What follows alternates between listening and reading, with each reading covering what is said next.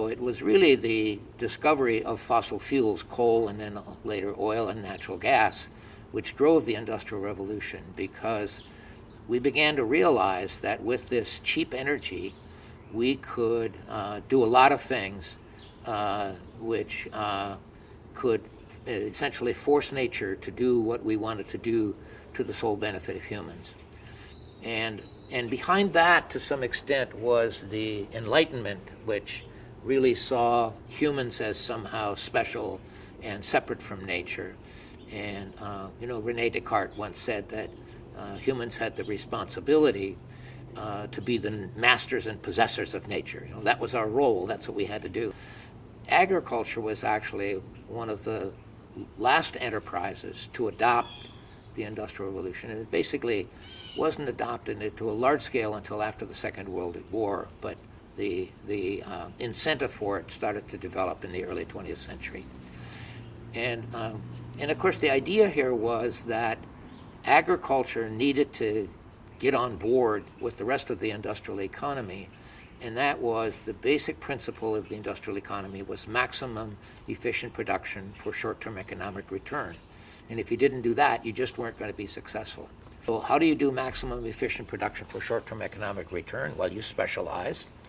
So Henry Ford once famously said that people could buy any car they wanted to as long as it was a black Ford Model T, because that was the only one he was going to manufacture. That was the specialization part.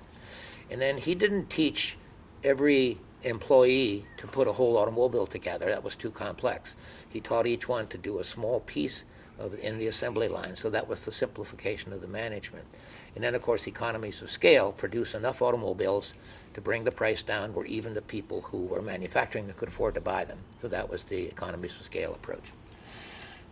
So when we started to adopt those same principles to agriculture, what did we do? Well, you specialize. So we told farmers that they needed to get out of complex systems because that was not efficient. They needed to learn how to do a few things really well. So we started to have farmers, instead of having crops and livestock, go for either crops or livestock. And if they went for crops, to do just one or two crops, like corn and soybeans in Iowa. And then simplify your management. So all of the technologies that were being produced, and this is where things like Roundup Ready seeds became important, because if you used Roundup Ready soybeans, for example, you didn't have a complex system of controlling weeds. You could wait. You could plant your soybeans, wait until the weeds came up, and then spray them with Roundup, which kill all the weeds, and the soybeans were in a weed-free environment. So that simplified the management.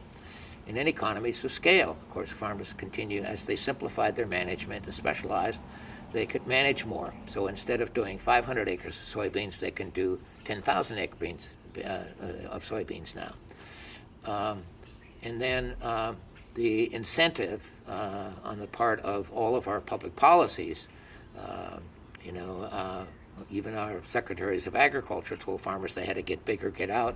They had to farm fence row to fence row. That was the way to be successful. And so this is what we have now. And so in states like Iowa now, for example, 92% of our cultivated land is just two crops, corn and soybeans.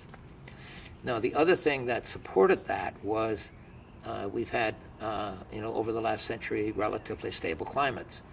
And if you're going to have 90% of your cropland in corn and soybeans, you need weather patterns that are consistently favorable to corn and soybeans.